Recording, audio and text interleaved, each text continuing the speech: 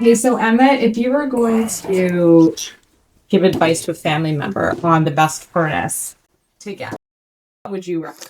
I would say a Trane. Yeah. Yeah, they're the most reliable. They have a good warranty, and you can get parts very easily for them. That is definitely a big thing. You don't want to be waiting 2 weeks in the middle of winter for a part that they can't get.